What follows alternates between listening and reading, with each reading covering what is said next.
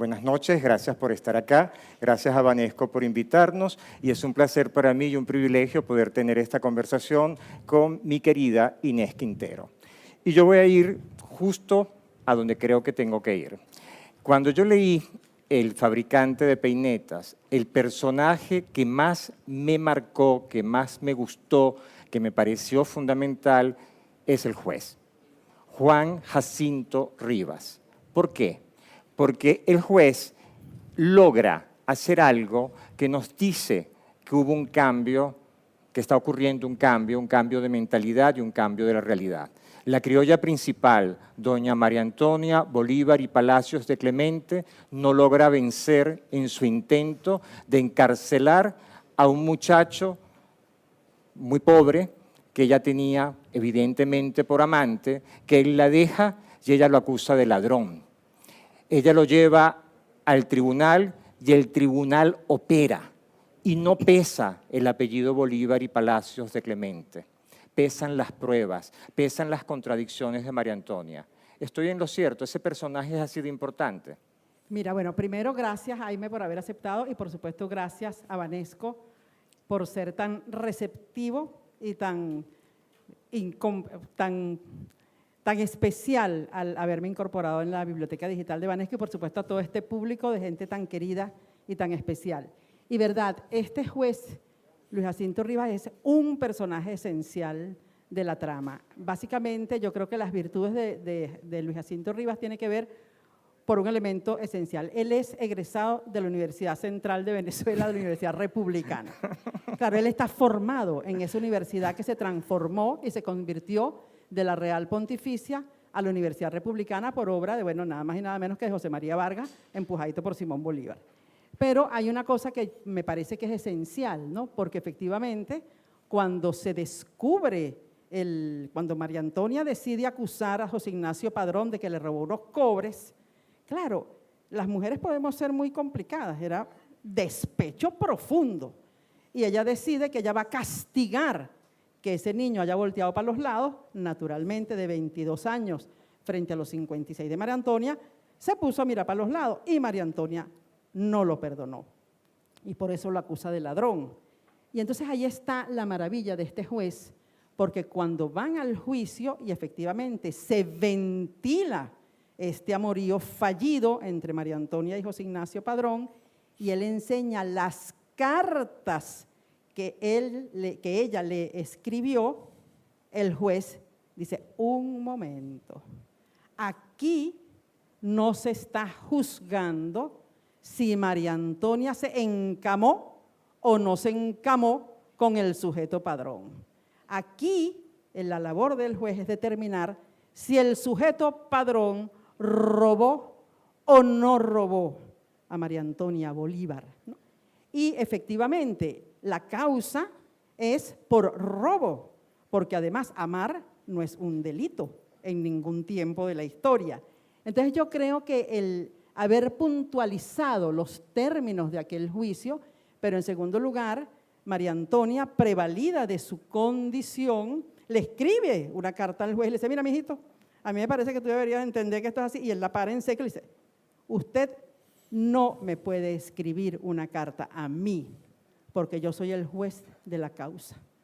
Usted no puede dirigirse a mí directamente. Entonces, claro, ahí estamos viendo unos valores que se están instaurando, que están relacionados con la formación de este juez que proviene de una universidad republicana y que está convencido de que efectivamente los ciudadanos son iguales ante la ley, mientras que María Antonia está prevalida de que su condición de blanca, criolla y principal debe prevalecer sobre el poder Padrón, que es un joven veinteañero, fabricante de peinetas, sin linaje, sin caudales y sin ninguna estima social desde su perspectiva. Entonces yo creo, ¿verdad, Jaime?, que este inicio del diálogo por la vía de entender lo que significó el contraste entre dos mundos es muy atinada.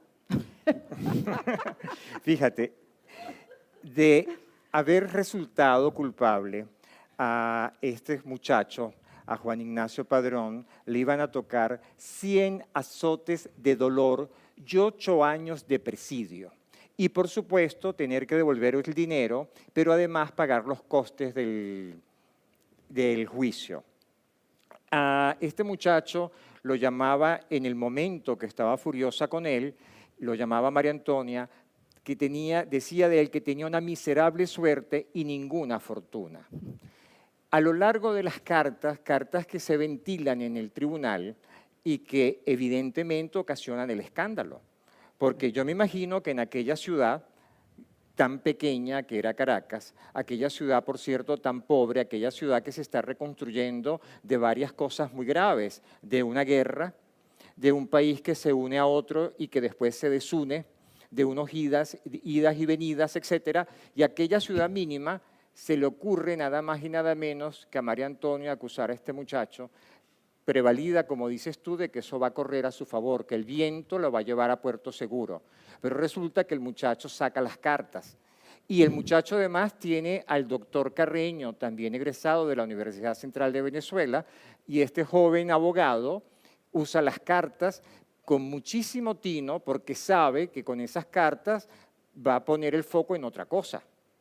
Sin embargo, el juez no se aparta de lo que tú señalas, que es tremendamente valioso, porque no es el juicio moral, no es la importancia de la blanca criolla, hermana del libertador, que ciertamente esa no era la hora de mayor sintonía del pueblo venezolano con el libertador, porque estamos en 1836.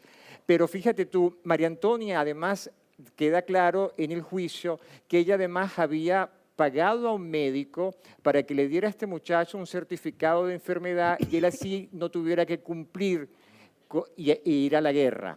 Y ella lo esconde en su hacienda de Macarao. Pero además ella utiliza a unas personas de muy poca calidad expresiva, con gran dificultad para enfrentarse a un interrogatorio, con una historia que no tiene consistencia.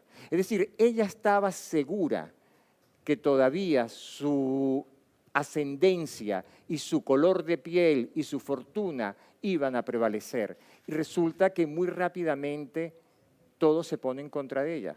Sí, no, bueno, yo creo que ahí está de por medio, por supuesto, la furia de María Antonia de haberse visto desatendida por Padrón, ¿no?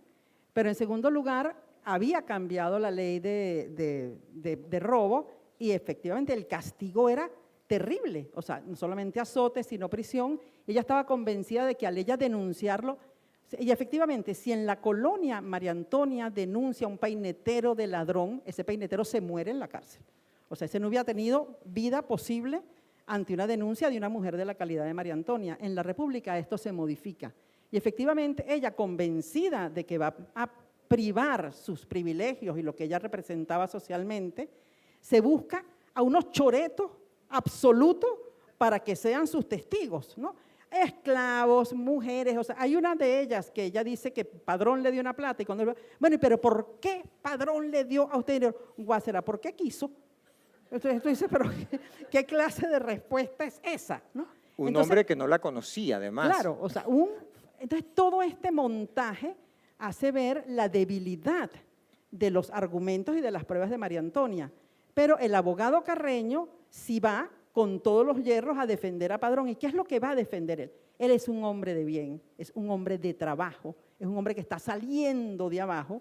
Entonces, claro, son dos miradas absolutamente contrastantes de lo que significa ese momento. Y hay otra situación crucial y que tiene que ver con la dignidad de María Antonia, que es que, por supuesto, en un momento dado, no queda más remedio que María Antonia tiene que presentarse en el tribunal. Y se instala, yo me lo imagino, hierática y le dice, ¿usted conoce a Padrón? Yo no lo conozco. ¿Usted tuvo que ver con Padrón? Yo jamás. ¿Usted le escribió alguna carta a él? En la vida. ¿Usted reconoce esto como suyo? Nunca. Pero un no irreductible, como tiene que ser. O sea, una mujer como ella no podía dar un sí ni muerta.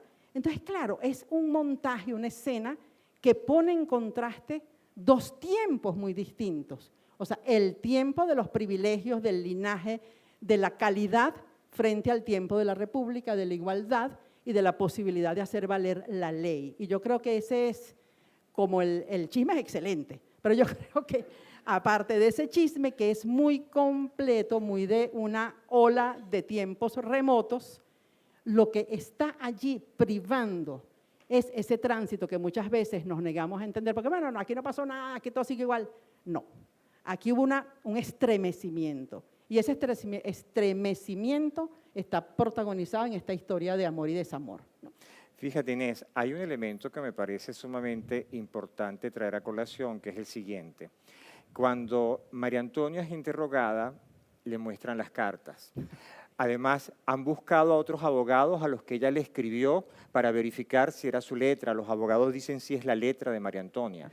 Y ella niega todo. Pero absolutamente. Absoluto y completamente todo. Pero además hay un elemento que creo que también es clave y que lo debe haber percibido toda la sociedad. María Antonia está sola.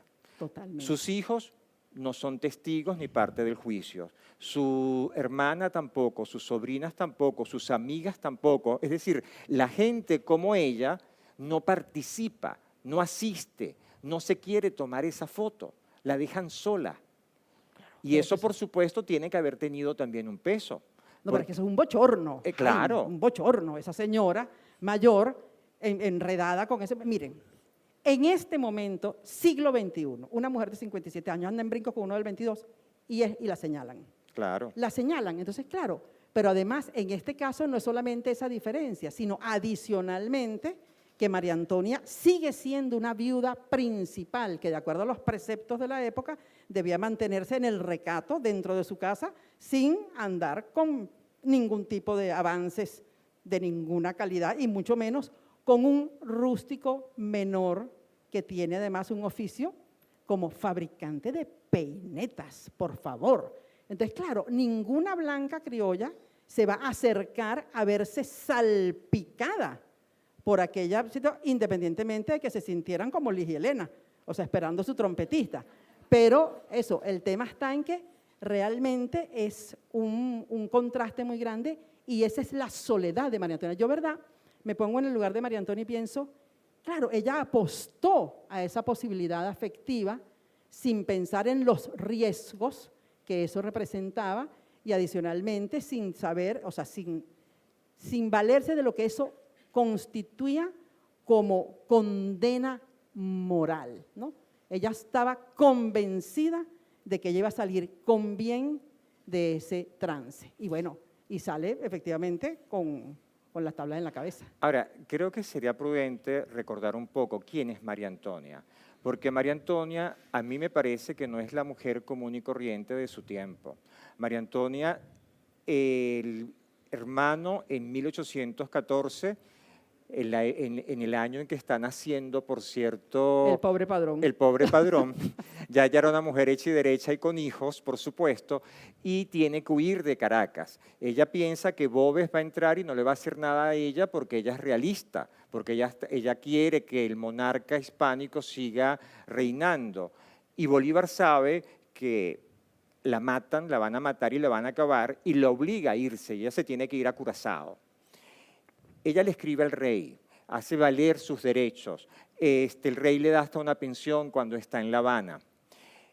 En algún momento se reconcilia con el hermano y le da consejos, y en algún momento María Antonia convence al hermano cuando ya la república, la guerra está perdida para España, y ella tiene que regresarse en 1822 porque además le quitan la pensión los españoles porque ya no tienen más nada que defender. Y ella logra que el hermano le pague el pasaje y regresa para que ella le recupere los bienes.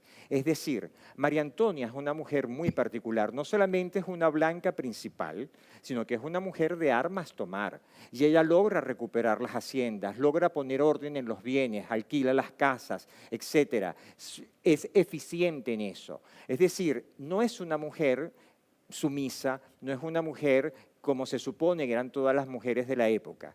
¿Es cierto eso? ¿María Antonia es así de distinta? No, bueno, María Antonia es una mujer de carácter, es una mujer que no se deja, ningunear. Pero también tiene que ver eso, con haber pasado por lo que pasó María Antonia implica, es una fortaleza especial. O sea, yo no voy a pasar trabajo, porque María Antonia cuando se va de Venezuela, cuando se va de Caracas en 1814, María Antonia no había tendido una cama en su vida, no había tendido una arepa. Ella no había hecho nada útil en la casa y de repente se va al exilio y se da cuenta, bueno, no se puede llevar sus esclavitudes, bueno, y tiene que salir para adelante y hacer dulcitos y a lo mejor remendar ruedos, o sea, lo que fuese, ¿no? Pero a partir de eso ella está convencida cuando regresa de que ella no va a pasar trabajo más nunca en su vida.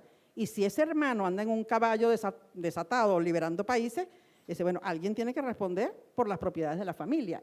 Y verdad, es un convencimiento y un sentido muy, o sea, muy certero de lo que valen las propiedades de la familia. O sea, las propiedades de la familia Bolívar eran, o sea, era un caudal importante, independientemente de que estuvieran disminuidas, de que estuvieran bastante afectadas por la guerra, era el patrimonio que le permitiría a ella salir adelante. Y ese es el patrimonio con el que ella va a beneficiar a Padrón, ¿no? O sea, ella efectivamente va a le va a dar facilidades a Padrón para que monte su posadita, para que, bueno, para que tenga un bienestar económico, pero porque ella tiene, digamos, porque ella fue capaz de proteger el patrimonio familiar y hacer valer lo que significaba la fortuna de la familia Bolívar.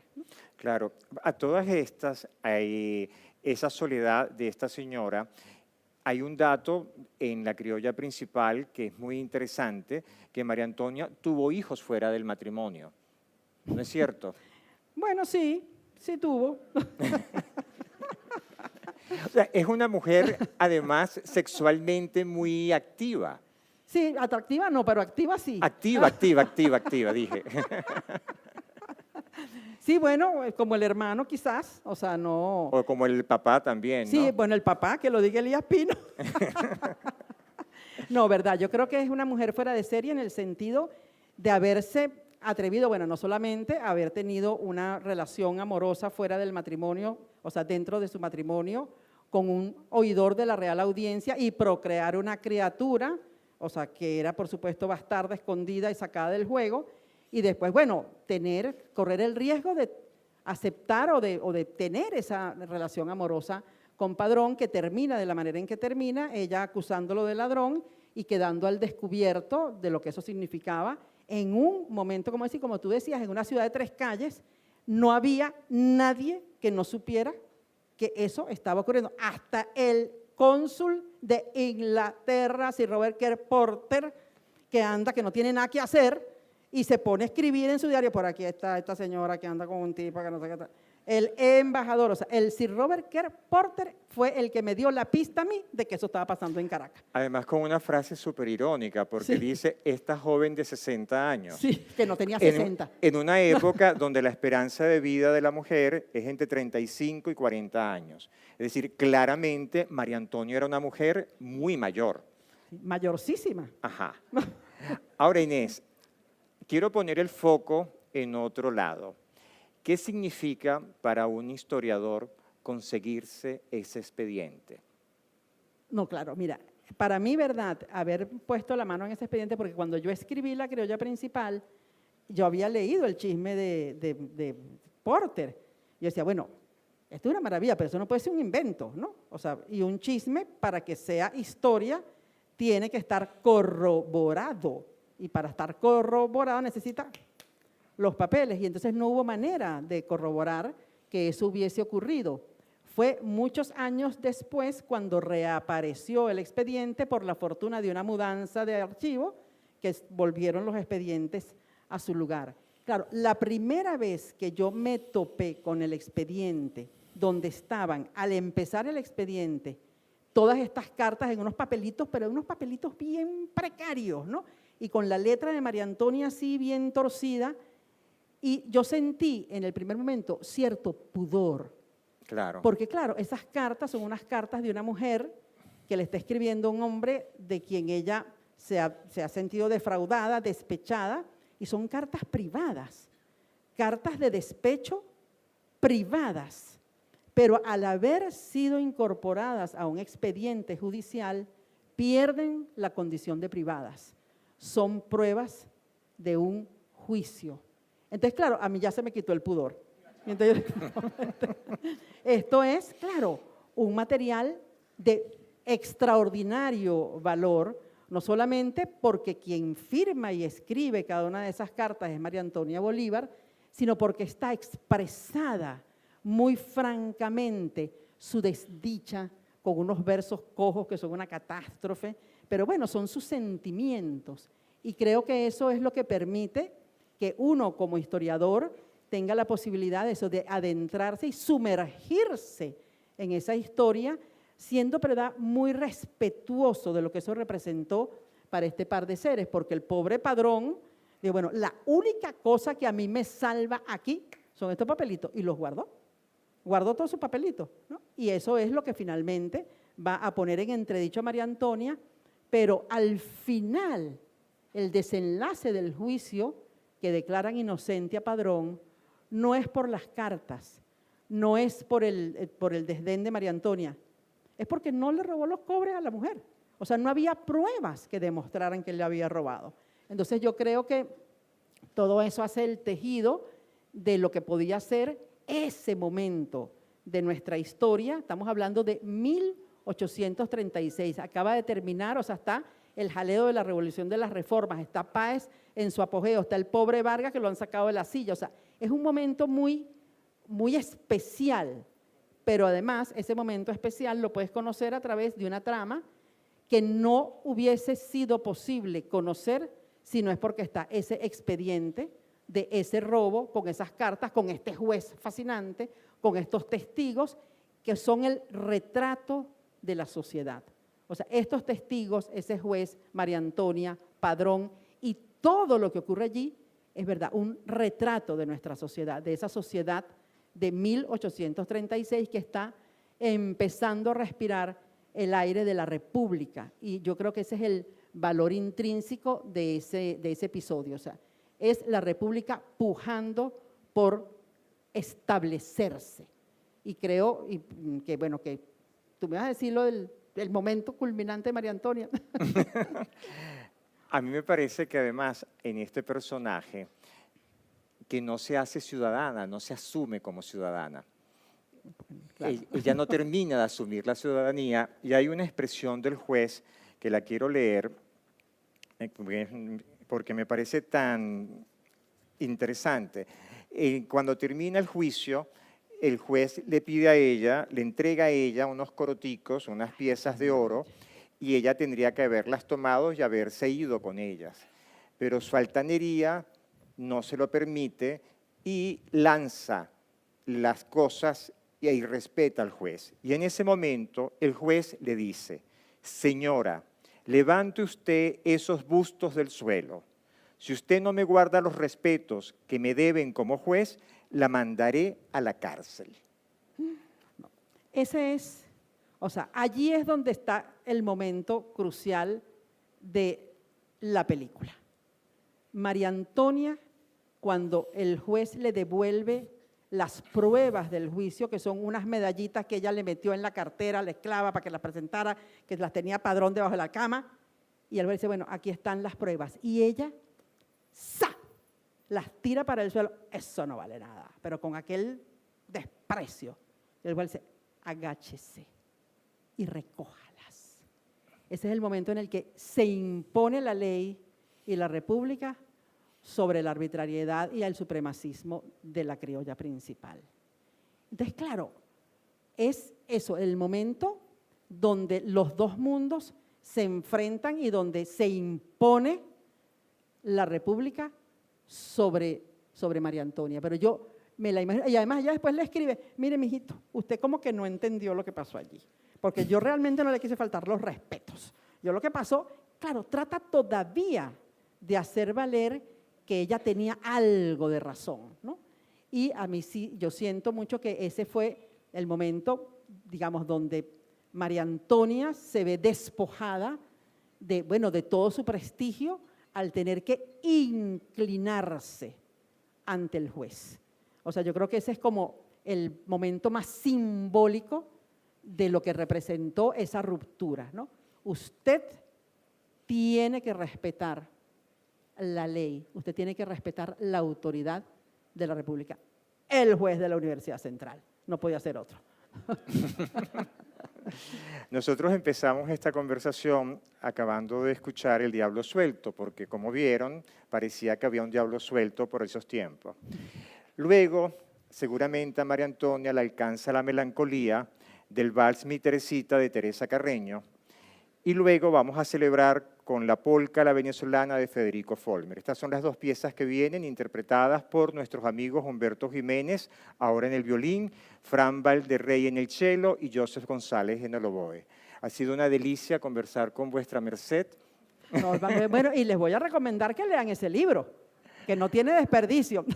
No y ahora ti- está en la Biblioteca Digital de Banesco. Por cierto,